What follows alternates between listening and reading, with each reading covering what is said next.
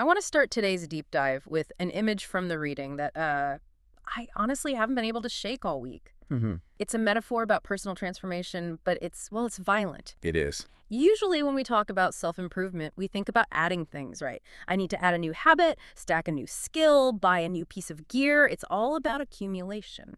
We treat the mind like a trophy case. We just keep polishing the shells and adding more statues. Exactly. But the source material today, which is this, fascinating blend of anthropology, cybernetics, psychology, it says, no, stop adding paint. Right. It says true transformation is about stripping the paint. It talks about taking a wire brush to the corroded metal of the psyche to see what is actually underneath. It's such a visceral image. Yeah. It implies that the self we present to the world is just layers of rust and like old lacquer. And it sets the tone perfectly for what we're covering today. We aren't just talking about nature or recycling. We are talking about the ecology of the mind. This is based on the work of Gregory Bateson, who's a giant in systems theory and modern interpretations by Alfonso Borello. And the central idea here is that modern life is basically designed to keep us safe, comfortable, and completely numb behind a glass wall. That glass wall is such a powerful concept in this text.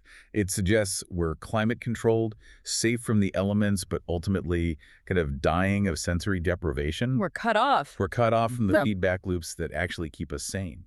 So our mission today is to shatter that glass. We're going to look at why our standard way of solving problems, the logical, linear way we're taught in school, actually makes things worse. A lot worse. We're going to talk about double binds that lock our brains in anxiety loops. And yes, we are going to talk about the time the Royal Air Force had to parachute 14,000 live cats into the jungle. I was hoping we'd get to the cats early. It is the perfect disaster story. Oh, we will get there, I promise. Yeah. But before we get to the airborne felines, we have to start with this idea of mistaken identity. The text calls it the illusion of separation. No, I have to be honest, when I first read that, I thought we were heading into, abstract philosophy, we are all one with the universe type stuff. But the source is surprisingly scientific about it. It is. It's biological, not just spiritual. The text challenges the most basic assumption you have. Right. The idea that you are located exclusively inside your skull. And the world is everything outside of that bone box. Yeah. Which feels objectively true. I mean, I feel like a little pilot sitting behind my eyes, looking out the windows. I'm in here, the microphone is out there. Of course, that's how it feels. But the text argues that's a neurological trick. Mm-hmm. Bateson uses a famous example to dismantle this: the blind man and his cane. I love this visual. Walk us through it. Okay, so picture a blind man walking down a crowded city sidewalk. Tap, tap, tap. He's navigating the world. The question Bateson asks is simple, but it's tricky. Where does the man's self end? Okay. The intuitive answer is at his hand. He's holding the cane. The cane is an object. Is it? Think about the sensation. When he taps the sidewalk, does he feel the handle pressing against his palm? Or does he feel the sidewalk at the tip of the cane? That's a really good point. If you're using a tool fluently, you don't feel the tool. You feel through the tool. The sensation is projected to the tip. Precisely. If the man is skilled, the cane isn't an object he's holding. It's a neural pathway. It's a bridge. His mind is effectively extending through the aluminum and touching the concrete. So if you cut the cane, you aren't just shortening a stick, you're cutting a sensory circuit. You are shrinking his mind. And that's the key word, circuit. Bateson argues that the mind isn't a container, it's a loop. Mm-hmm. It's a circuit that flows from the brain, through the body, into the tool, into the environment, and back again. So the unit of thinking isn't just the brain. It's the man plus the cane plus the street. The whole system. This is where the ecology part comes in. Because in Western culture, we love what the author calls the billiard ball view of reality. The billiard ball view is very seductive. Mm. You know, A hits B, B hits C. It's linear. It's clean. It's how we build machines. But nature and our minds, they don't work like billiard tables. They work like a spider web. Because on a billiard table, if I hit a ball into the corner pocket, the other balls don't care unless I hit them. But a spider web. If you touch a spider web on the bottom left corner, the vibration travels through the entire architecture. The tension changes everywhere. You cannot touch one part without affecting the whole. And this is why the author says we feel so anxious and isolated. We're treating ourselves like billiard balls, separate, hard, distinct objects, when we're actually threads in a web. Yeah. It's funny, reading this section gave me this weird sense of relief. I've always noticed that when I travel, or even just when I rearrange my living room, I feel like a slightly different person. And you are. And I usually just dismiss that as, mood or novelty. But it's not just mood. It's structural. If the unit of survival is, as the text puts it, organism plus environment, then when you change the environment, you are literally changing the you. That quote is wild. The unit of survival is the organism plus its environment. It implies that if you destroy your environment, you aren't just destroying your surroundings. Not at all. You're destroying your own peripheral nervous system. You are warring against your own skin. Which is a perfect segue to what happens when we ignore this, when we try to force that linear billiard ball logic onto a spiderweb world. And this is where we have to talk about Operation Cat Drop. Borneo, the 1950s, is possibly the greatest example of oops in history. I honestly thought this was an urban legend, like something from a cartoon, but the sources insist it's historical fact. So set the scene for us. Okay, so the World Health Organization has a problem. Malaria. It's ravaging the Dayak people in Borneo. Now, looking at this through a linear lens, it's a simple equation. Problem. Malaria. Cause. Mosquitoes. Solution. Kill the mosquitoes. It's logical. It's direct. So they pumped the jungle full of DDT, a massive spraying campaign. And did it work? In the short term, absolutely. The mosquitoes died, malaria rates plummeted, the bureaucrats probably popped champagne. Mission accomplished. But they pulled a thread in the spiderweb. A big one. A very big one. See, the DDT didn't just disappear. It's a poison. Oh. It coated the walls of the huts. And inside those huts were these tiny parasitic wasps. The DDT killed the wasps. Okay, but who cares about a wasp? I mean, we're trying to stop malaria. Well, the thatch-eating caterpillars cared because the wasps were the only thing eating them. With the wasps gone, the caterpillar population exploded. Oh no, I think I see where this is going. It's exactly what you think. The caterpillars ate the roofs off the villagers' houses. The roofs literally collapsed on people's heads. Wow. So, step one of the fix. You've cured the fever, but you've made everyone homeless. But it didn't start there, did it? No. The poison moved up the food chain. The DDT was on the insects, which were eaten by the local geckos. The geckos developed a tolerance. They didn't die immediately, but they became toxic. They were like walking poison pills. And then the cats ate the geckos. And cats have very little tolerance for DDT. The village cats started dying in droves. Complete silence. No cats left in the ecosystem. And when the cats are gone? The rats pour out of the jungle. Thousands of them. And the rats brought typhus and sylvatic plague. This is an absolute nightmare. You pull one lever to stop a disease and you unleash a literal biblical plague and destroy the housing infrastructure. That is the regenerative trap. When your linear solution becomes the seed of a much, much worse problem. And the WHO realized they had messed up. Badly. Right. They needed to put the predator variable back into the equation, and fast. So they called the Royal Air Force? They did. They rounded up 14,000 stray cats, put them in perforated crates with little parachutes, and just drop them out of airplanes over the jungle. The image of cats raining from the sky is just, imagine being a villager. Your roof has fallen in, you have the plague, and now it's raining cats. It is absurd, but it's a perfect autopsy of the modern mind.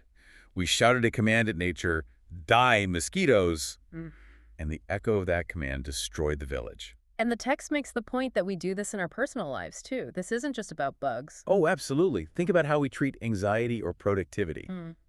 You feel tired, right? That's the problem. So you drink coffee, the linear solution. Right. It works for an hour. But then your sleep is disrupted, your cortisol spikes the next morning, and you feel more tired. So you drink more coffee. We are trying to tune a violin with a hammer. And then wondering why the music sounds like broken glass. So if the root cause of this disaster is linear thinking, why do we do it? Why is our brain wired to see straight lines in a curved world? The text brings up this concept of mental models. This is crucial. We have to realize that we don't see the world. We see a simulation. A simulation, like the Matrix. Not quite. Think of it as a map. As Alfred Korzybski famously said, the map is not the territory. Your brain cannot process every photon of light or every sound wave. It would be overwhelming. Right. So your brain deletes like 90% of the data and creates a simplified cartoon for you to navigate. Which is fine, usually, until the map is wrong. And the map is always wrong. It's a reduction. The expert in the text uses the pilot analogy, which is terrifying if you've ever flown a plane. Yeah, this is the graveyard spiral. Imagine a pilot flying into a thick cloud bank. Visibility drops to 0. The horizon is gone. Now, the pilot has a set of instruments that tell him the truth, but he also has his inner ear, his vestibular system. Which is millions of years old and evolved for running on the savannah, not flying at 400 knots. Exactly. In the cloud, if the plane banks slightly, the fluid in the inner ear settles. The pilot's gut feeling tells him you are flying level. But the instruments say you are banking right. And this is the moment of truth. If the pilot trusts his gut, his internal map, he tries to correct. He turns left. But he was already banking. So now he tightens the turn. The G-force pins him into his seat, so he feels solid. He feels safe. But he's actually spiraling down toward the ground. And the harder he pulls back on the stick to go up, the tighter the spiral gets, until he slams into the mountain. Yeah. That is what happens when you mistake your feeling of reality for reality itself. And the text connects this to the 2008 financial crash, too. The mathematicians had these elegant models. They assumed the market was a rational machine. They were flying the simulation. They looked at their math and said, the market can't crash. The equations say it's impossible. They were looking at the map while driving the car off a cliff. So the lesson here isn't don't have maps. We need maps to function. No, the lesson is humility. We need dynamic mental models. You have to constantly cross-check your instruments. You have to look for the places where your map doesn't match the territory. If you believe I'm a calm person, but everyone around you is walking on eggshells, check your instruments. That's a tough one. It requires a lot of self-awareness. But the text pivots here to another major source of anxiety. It's not just that our maps are wrong. It's that sometimes the world gives us instructions that are impossible to follow. The double bind. This is Gregory Bateson's most famous contribution to psychology. It was originally a theory about schizophrenia, but it applies to almost everyone today. Define a double bind for us. How is it different from just a tough choice? A tough choice is cake or ice cream. A double bind is a trap. It has 3 ingredients. First, a primary command. Second, a secondary command that contradicts the first. And third, and this is the kicker, a rule that says you aren't allowed to talk about the contradiction. The classic example is the mother and child, right? Yes, the mother stiffens physically when the child approaches. Her body is screaming, go away. But verbally, she says, don't you love me? Come give me a hug. That's brutal. If the kid approaches, he's rejected by the body. If he pulls away, he's rejected by the words. He's punished either way. And he can't say, Mom, your body language is confusing. That's forbidden. So the mind fractures. It creates a kind of madness just to survive the paradox. And the argument here is that modern society is basically this mother. We are living in a low-level societal schizophrenia. Think about the messages you get every day. Message A, be an individual, be unique, stand out. Message B, fit in, buy the same phone, wear the same brands, don't be weird. Or the environmental one, save the planet, the world is burning, but also grow the economy, buy more stuff. If you don't consume, the system collapses. That is the ultimate double bind. Consume to be happy, but consumption is destroying your future. We are trapped in that loop. Right. We feel guilty if we buy, and we feel like failures if we don't. That low hum of anxiety you feel in the background of your life, that isn't just stress. That is the sound of a double bind. So how do we get out? If logic doesn't work because the logic is contradictory, what do we do? You cannot solve a double bind from the inside. You have to meta-communicate. Meta-communicate. Unpack that. You have to step outside the frame. You have to be the one who says, I notice that I am receiving 2 contradictory commands. Like the child saying, Mom, you're asking for a hug, but your arms are crossed. Yes, you have to name the game to break the spell. In society, it means admitting, I cannot save the planet by buying green products because buying is the problem. You have to transcend the paradox. Not argue with it. Awareness is the solvent. Speaking of awareness and getting back to that glass wall idea, the text moves into embodied cognition. This section blew my mind because it suggests we literally think with our hands. We do. The brain isn't a general in a bunker issuing orders to the body. The brain is in the mud. It implies that our intelligence is deeply tied to our physical movement. The London taxi driver study is the gold standard for this, right? It is. To become a black cab driver in London, you have to pass the knowledge. You have to memorize 25,000 streets and thousands of landmarks. It takes years. And they scanned the brains of these drivers. They found that the posterior hippocampus, the part of the brain responsible for spatial navigation, was physically larger than in normal people. Wow. The city had rewired their anatomy. The map wasn't just in their head, the city became part of their mind. Or take the rock climber example. When a climber looks at a cliff face, they don't see granite or geology, they see affordances. Affordances. That's a design term, isn't it? It is. It means they see possibilities for action. A crack isn't a crack, it's a hand jam. A ledge is a rest. The rock is defined by the body's ability to interact with it. So meaning isn't just pasted onto the world. It's found in the relationship between the body and the environment. And this brings us back to the danger of modern life. If we think with our bodies and we interact with the world to create meaning, what happens when we live in smooth, climate-controlled boxes? We suffer from sensory malnutrition. We are touching glass screens. We walk on flat pavement. We are forcing the lion of the human mind, which evolved for complex, rich environments, to live in a cage the size of a smartphone. The text calls it a phantom limb pain for the world. We feel disconnected because we are disconnected. We've severed the circuit. We've cut the blind man's cane. So we've got the glass wall, the linear traps, the double binds, the sensory starvation. It paints a pretty intense picture of why we feel the way we feel. But the text ends on a note of transformation. But not the kind of transformation we're used to. It's not self-help. It's the ecology of transformation. It uses the caterpillar metaphor, and I know everyone uses the butterfly metaphor. It's a cliche, but the biological reality is actually much grosser and more profound than the greeting card version. It is. We usually think the caterpillar just goes to sleep and wakes up with wings. But that's not what happens. Inside the chrysalis, the caterpillar dissolves. It turns into soup. Complete enzymatic breakdown. The old structure, the legs, the mouth, the skin, it all has to die. It liquefies. And inside that soup, something new appears. Imaginal cells. Imaginal cells. That is a real biological term. At first, the caterpillar's immune system perceives these new cells as enemies. It attacks them. It tries to kill the future. Because they don't look like self. Exactly. Yeah. But the imaginal cells keep popping up. They start to cluster. They resonate with each other. And eventually, they reach a tipping point where they organize the soup into a butterfly. And the argument is that we, right now, as a culture, we are in the soup. Look around. The institutional collapse, the confusion, the breakdown of old narratives. This isn't just bad news. This is liquefaction. We are in the chrysalis. That is both terrifying and oddly hopeful. It means the chaos has a purpose. It does. But we have to choose what we build from the soup. And this is the final distinction the author makes. Sustainable versus regenerative. I've been hearing regenerative a lot lately. How is it different? Sustainable is a low bar. It just means stop doing harm.